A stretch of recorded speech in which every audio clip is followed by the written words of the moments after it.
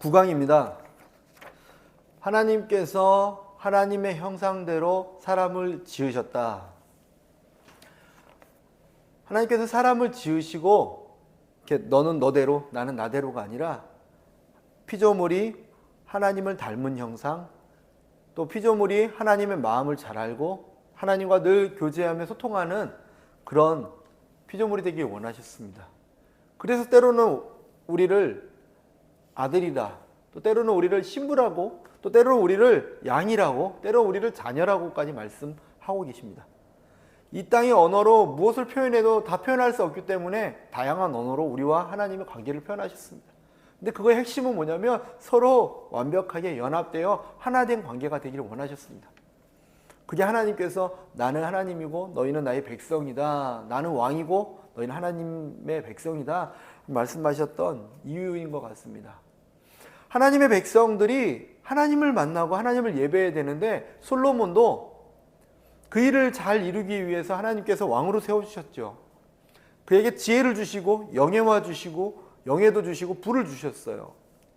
그가 구했던 것은 이 백성들을 하나님께서 기뻐하시는 모습으로 하나님과 온전히 만나고 교통하는 모습으로 만들기 원하셨기 때문에, 그래서 솔로몬에게는 성전까지도 허락하셨어요. 성전은 무엇입니까? 하나님을 떠난 백성들이 하나님께 돌아올 수 있도록 통로를 만들어 주는 것. 하나님을 떠난다는 건 죄죠, 죄. 하나님의 뜻에 합당하지 않는 삶을 살아가다 보면 하나님과 멀어지게 되는데, 자신이 가지고 있는 죄 때문에 하나님께 올 수 없을 때 올 수 있던 길을 열어주셨던 하나님, 성전이었습니다. 그 성전은 예수님께서 오셔서 내가 성전이다 말씀하셨고, 그 성전은 십자가에서 허물어 주셨으며 다시금 우리를 성전이라 하셨던 그 성전. 근데 아직은 예수님이 오시기 전이니까 예루살렘에 있던 솔로몬이 지었던 성전이 성전입니다. 하나님께서는 모든 것을 다 허락하셨어요. 근데 솔로몬이 노년에 이방 우상들을 섬깁니다. 우상을 섬기는 것, 어떤 인형의 모습, 동물의 모습들, 또 물과 자연을 놓고 나무를 놓고 절한들, 그게 무슨 의미가 있겠습니까? 그게 우상이 되고 신이 될 수는 없죠. 근데 그 우상과 신의 어떤 핵심 내용은 뭐냐면, 내 안에 하나님이 왕으로 계시냐, 아니면 내 안에 다른 무언가가 왕으로 있느냐 문제인 거죠. 그들이 갑자기 신으로 변하고 귀신으로 변하고 되겠습니까? 신은 오직 하나님만 신이시고 악한 천사의 배반자, 그가 마귀 역할을 하고 있는 것 뿐이지, 대신 내 중심에 돈이 하나님보다 더 믿고 의지할 대상이 된다? 그럼 우상이죠. 내가 더 사랑하고 내가 더 의지하고 믿는 것이 우상입니다. 솔로몬이 그렇게 되었습니다. 그랬더니 솔로몬 때에 하나님께서 너무 기뻐하지 않았어요. 노년에요. 그래서 하나님께서 말씀하십니다. 솔로몬, 너 다음 때에 나라가 나뉘게 될 거야. 다윗을 봐서 너 때에는 내가 참으마. 어쩌면 경고의 말씀이었죠. 경고를 듣고 하나님 용서해 주십시오, 했으면 얼마나 좋았겠습니까? 근데 솔로몬은 그대로 그 다음 때 나라가 나뉘는 열매를, 역사를 만들게 됩니다. 지금 우리의 삶도 똑같죠. 어쩌면 우리의 조상들, 우리의 선배들, 그분들의 열심과 땀과 기도와 모든 삶을 다해서 하나님을 예배했던 그들의 신앙의 유산들, 그들이 너무 밤새도록 기도했던 유산들이 우리들에게 누려지고 있는 것 뿐일 수도 모릅니다. 근데 우리가 하나님보다 다른 것을, 우상을 더 사랑하고 한다면 그 다음은 생각하고 싶진 않습니다. 지금은 회개할 때고, 이 역사를 보면서 이스라엘 백성들을 향한 하나님의 뜻과 섭리를 보면서 우리가 또 걸어가야 될 길을 알아야 될 줄 믿습니다. 이스라엘이 둘로 나눈 것이 어떻게 나눠졌냐면 북이스라엘, 남유다로 나눠집니다. 북쪽이기 때문에 북이스라엘 10지파가 갑니다. 그리고 이름도 이스라엘이라고 하죠. 10지파 대다수가 올라갑니다. 그리고 유다와 베냐민, 거기를 남유다라고 말합니다. 이제는 이스라엘 백성이 아니라 북이스라엘과 남유다로 나눠져서 구분합니다. 북이스라엘에는요, 여로보암이라는 사람이 왕이 됩니다. 그리고 남유다에는 르호보암이라는 사람이 왕이 됩니다. 근데 북이스라엘에 대해 왕에 대해서 계속 바뀌면서 왕이 이랬고 그 왕이 이랬고 이런 나열, 그게 열왕기 상하, 왕의 나열, 열왕기. 열왕기 내용이 뭔지 아시겠죠? 열왕기는 무슨 뜻이지? 솔로몬 이후에 왕들이 나뉘어져서 나열된 거. 남유다의 내용도 같이 기록되어 있습니다. 그럼 역대상, 역대하는요, 남유다 중심으로 써내간 겁니다. 왜냐하면 남유다를 통해서 하나님이 나중에 예수님이 오시고 또 역사를 계속 이어갈 그곳이 남유다였기 때문에 북이스라엘은요, 나중에 멸망당하고 사라져버립니다. 그래서 더 연장할 이유가 없으니까 역대상, 역대하를 통해서 또 연장해 갑니다. 왕들의 어떤 업적들을 써 내려가고 왕들이 어땠다를 기록하는데 관점이 중요해요. 하나님의 관심이 어디 있습니까? 왕이 경제를 잘 살렸다? 정치를 잘했다? 이거에 하나님의 관심이 없으세요. 솔로몬도 완전 전성기에 경제 얼마나 잘 살렸습니까? 근데 하나님은요, 그가 우상 숭배했다 해서 더 이상 기뻐하지 않는 모습을 확인했습니다. 북이스라엘도 남유다도 북이스라엘이 어쩌면 경제적으로 정치적으로 더 잘했을 수도 있어요. 근데 북이스라엘의 여로보암 왕에게 하나님께서 계속 화를 내세요. 화를 그냥 감정의 화가 아니라 진노하셨어요. 왜냐하면 그의 모습이 너무 악했다고 말씀하세요. 뭐가 악했냐? 뭐가 악했냐면 북이스라엘과 남유다가 나뉘어졌을 때 성전이 예루살렘에 있기 때문에 예루살렘에 가서 예배드리기 위해서 북이스라엘 사람들이 절기마다 내려오는 거예요. 북이스라엘로. 남유다로 내려오는 거예요. 북이스라엘 사람들이 남유다로 내려오는 거예요. 예루살렘 성전에서 예배하라고 했으니까 당시에는요. 지금은 장소의 개념이 아니라 두세 사람이 모인 곳에, 예수님의 이름으로 모인 곳에 내가 너와 함께 하신다 말씀하셨으니까 예수님을 믿는 그곳인데, 예수님을 믿고 의지하는 그곳이 예루살렘이 되는데, 이때 당시는 예수님 오시기 전이니까 그 예표였던 성전에 가서 예배해야 되는 거죠. 예수님을 만나야 되는 거죠. 예수님을 만나는 길을 막아버려요, 여로보암이. 굳이 내려가지 않아도 되지 않냐? 산당을 만들어서 북이스라엘 곳곳에 여기서 그냥 예배해라, 너네들. 하나님께서 그거 너무 기뻐하지 않으셨어요. 왕이 백성들로 하여금 하나님을 볼 수 있고 하나님의 보살핌을 받을 수 있도록 세워놨더니, 왕이 자신의 왕권이, 이스라엘 백성들이 자꾸 남유다로 가면서 자신의 왕권이 약하게 될까 봐, 또 백성들이 남유다 쪽으로 자꾸 넘어가게 될까 봐 그런 불안한 마음. 다시 말하면 자신의 자리와 자신의 권위와 자신의 어떤 위치를 유지하기 위해서 하나님 만나는 것을 막아버려요. 그런 나라들 많이 있지 않습니까? 북한이 좀 그렇습니까? 어떤 체제를 유지하기 위해서, 그 권세를 유지하기 위해서 예배를 막고, 중국이 그랬지 않았습니까? 자신의 체제를 유지하기 위해서 선교사들을 추방하고 예배자들을 핍박하고. 그때도 그랬습니다. 하나님께서 보시고요, 너가 정말 악하다. 그리고 그 뒤에 왕들도 뭐라고 얘기하시냐면, 너가 어땠다고 평가하기보다는 여로보암의 죄를 너가 따랐다, 여로보암보다 더했다, 이렇게 말씀하세요. 그 역사 내내, 북이스라엘 역사 내내 계속 하시는 말씀이, 왜 너는 내 백성을 내게 오지 못하게 했느냐, 그게 너의 가장 큰 악이다, 이렇게 말씀하세요. 그러다 보니까 다른 악들은 볼 것도 없죠. 하나님을 떠났는데 악이 얼마나, 죄가 된지도 모르고 살아가니 하나님을 경외함이 없는데, 하나님을 사랑함이 없는데 이웃사랑이 나오겠습니까? 그게 북이스라엘의 어떤 상황이었습니다. 남유다도요, 잘하는 왕이 있었지만 잘 못하는 왕이 있었어요. 잘하는 왕이 있으면 잘했다, 잘 못하는 왕이 있으면 회개하라. 근데 그 회개하라, 이렇게 하면 안 된다, 이 얘기를 하실 때 하나님께서 하나님의 사람들을 보내세요. 그들을 예언자예요. 예언자는 앞이 이런 일이 일어날 거다란 예언도 예언이지만 우리는 그것을 예언이라고 생각하죠. 근데 그 예언도 그 예언에 포함되어 있지만 실제 예언자의 모습은 하나님의 말씀을 대언하는 예언자가 예언이에요. 아시겠죠? 하나님의 사람들이 예언한다, 그건 하나님의 말을 대언하는 거, 대신 전하는 걸 예언이라고 합니다. 그래서 예언의 은사가 뭐냐면 하나님께서 주신 말씀을 대언할 수 있는 능력. 설교자가 예언자가 될 수 있죠. 왜냐하면 하나님께서 주신 말씀을 대신 전하니까. 이게 예언의 은사의 어떤 의미입니다.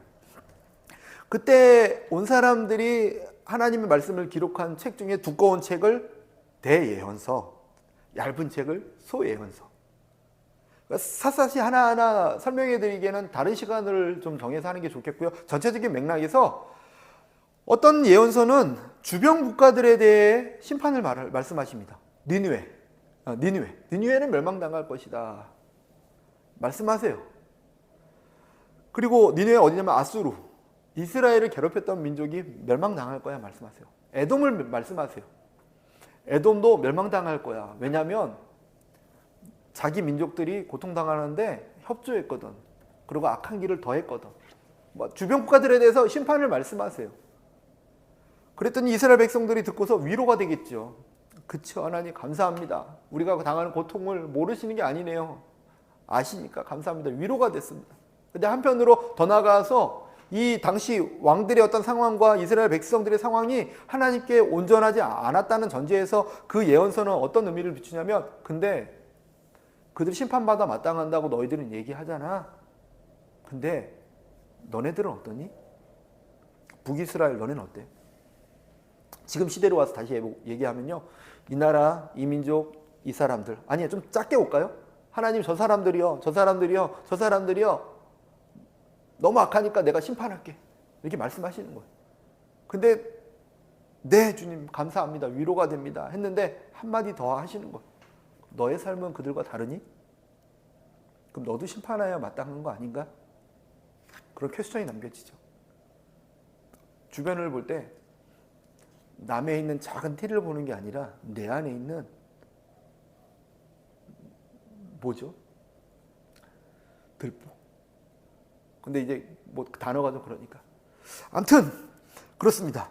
그리고 또 북이스라엘에 대해서 말씀하는 부분들은 바알과 아세라를 자꾸 섬겼다고 말씀하세요. 바알, 돈이라고 했죠. 아세라, 쾌락이에요. 쾌락과 돈을 따라가면서 하나님을 버리니까 어떤 선지자는 와서요, 언제까지 한 발은 우상에게 한 발은 하나님에게 섬기겠느냐. 막 3년 반 동안 비가 내리지 않습니다.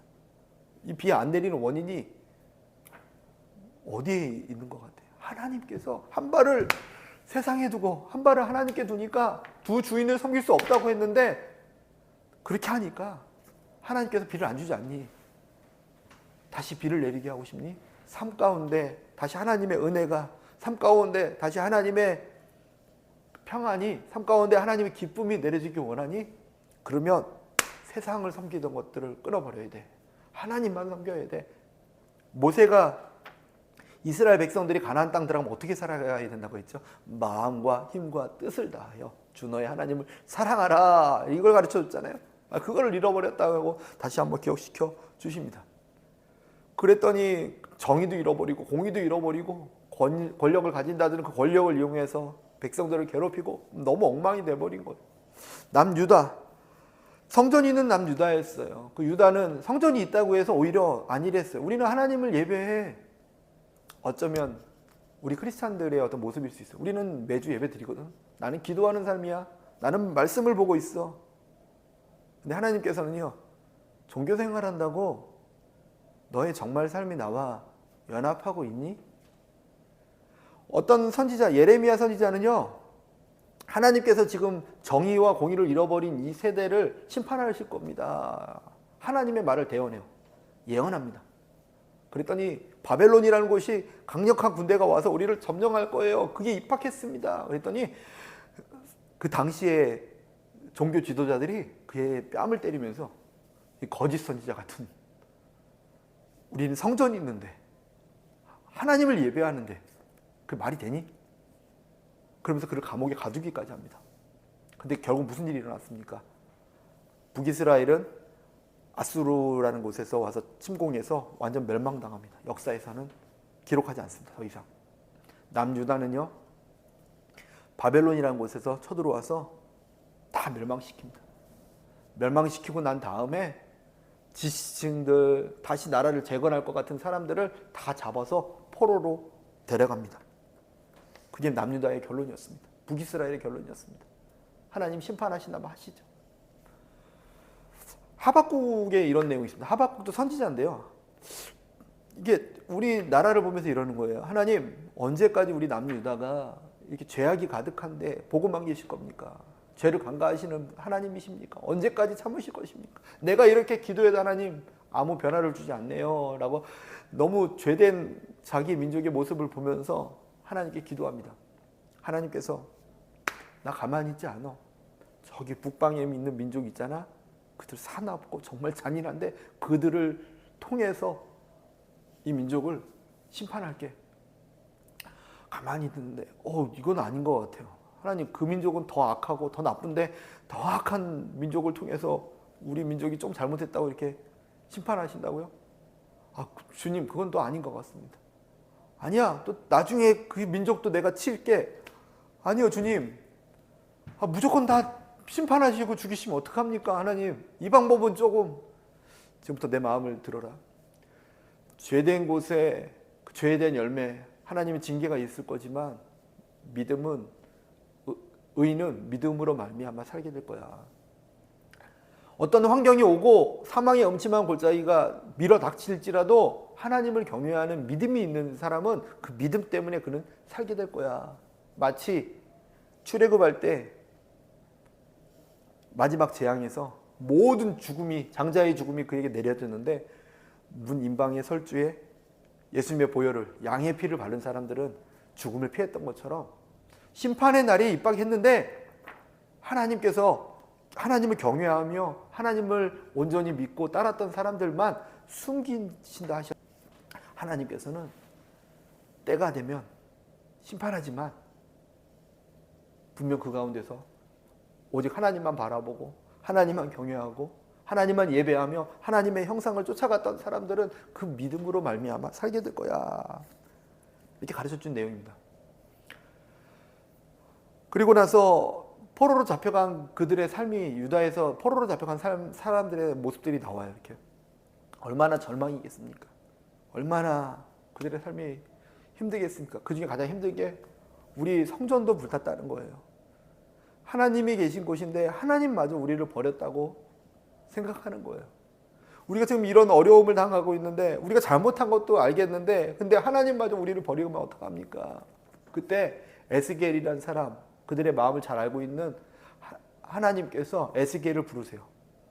불러서 환상 가운데 한 골짜기를 데려가서 걷게 하십니다. 걸음 가운데 마른 뼈들이, 바짝 마른 뼈들이 막 사방에 흩어져 있는 거예요. 뭐가 보이니? 마른 뼈가 보입니다. 저들이 능히 살아날 수 있겠니? 그에게 물어보십니다. 하나님, 주님께서 아십니다.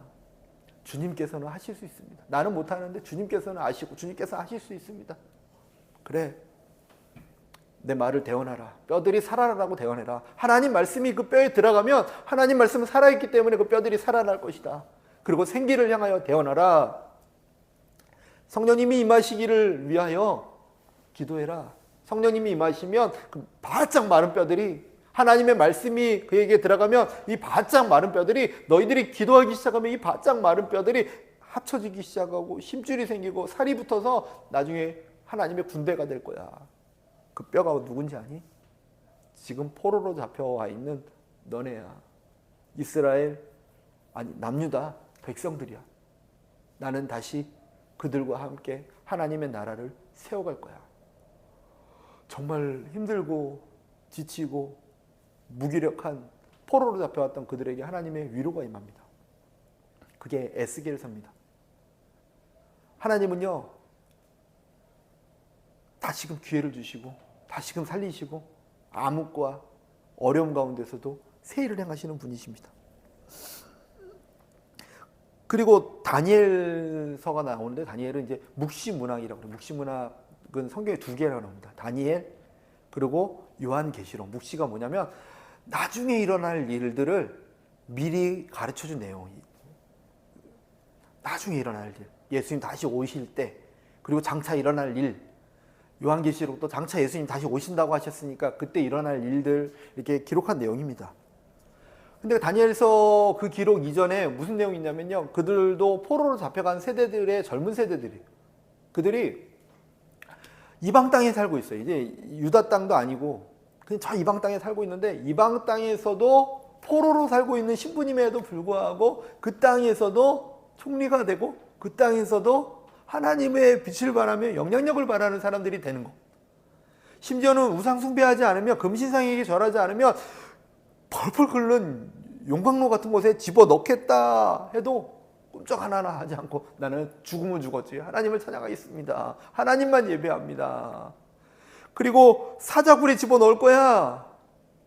하나님께 기도 한 번만 더 하면, 저 금신상에게 절해야 되는데, 돈에게, 이 땅의 어떠한 것에게 너가 절해야 되는데 그러지 않고 오직 하나님께만 너가 기도하기 시작하면 사자굴에 집어넣을 거야. 그 조서를 알고도 그는요 그날도 기도합니다. 하나님 감사합니다. 뭐가 감사한지, 포로로가 있고 내일이면 죽을지 모르는 상황 가운데서 하나님 감사합니다. 그렇게 기도해요. 근데 정말로 사자굴에 던져졌는데 사자들이 다니엘을 해하지 못합니다. 또 용광로에 다니엘의 친구들을 집어넣었는데 탄 머리털 하나 타지 않고 그을음 하나 나지 않았다고 설명합니다. 뭘 말씀하고 있습니까? 설령 우리의 삶이 포로 가운데, 우리의 삶이 감옥 같은데, 우리의 삶이 수많은 전쟁 가운데, 공격 가운데 거할지라도 하나님을 경외하는 자, 하나님만 믿고 의지하는 자들은 하나님께서 지키시고 보호하신다를 좀 말씀하세요. 의인은 오직 믿음으로 말미암아 살리라. 지금 전쟁의 소리도 많고 질병의 소리도 많고 많은 어려움, 경제의 어려움, 많은 것 소리 들리지 않습니까? 주님은 또 말씀하실 것 같습니다. 의인은 믿음으로 말미암아 살리라. 왕의 삶이든 포로의 삶이든 중요한 게 아니라 하나님을 왕으로 모시고 살고 있는지가 중요한 것이죠. 이스라엘 백성들, 하나님은 그들을 향한 꿈과 기대가 너무 크셨어요. 근데 그들이 하나님을 떠나고 하나님을 진정 왕으로 섬기지 않을 때 나라가 나뉘게 되고요. 또 그들의 모습 가운데 여전히 하나님을 왕으로 섬기지 않고 자신이 왕이 되었을 때 북이스라엘은 멸망당하게 되고, 남유다는 그나마 하나님께서 은혜를 주셔서 포로로 잡혀간 다음에도 다시금 그 포로 가운데서도 하나님만 믿고 의지하고 경외하는 그 사람을 통해서 하나님이 왕입니다 라고 믿는 사람, 다니엘과 같은 사람, 하나님이 왕이십니다, 비록 나의 삶은 이러더라도, 그런 사람을 통해서 다시금 하나님의 역사를 이어가셨습니다. 그 내용이 열왕기, 상하, 역대상하, 예언서 이 전반적인 내용 안에 나오고 있습니다. 할렐루야. 하나님이 왕이십니다. 하나님이 왕이십니다. 오늘도 내 안의 왕은 하나님이십니다. 우리 가정의 왕은 하나님이십니다. 우리 교회의 왕은 하나님이십니다. 우리 민족의 왕은 하나님이십니다. 그것을 믿고 의지할 때 하나님께서 다스리시고 통치하시고 돌보시고 인도하시고 채우시고, 너가 나를 왕으로 생각하니 내가 너를 백성으로 돌보마. 하나님의 손길이 임하게 될 줄 믿습니다. 할렐루야. 감사합니다.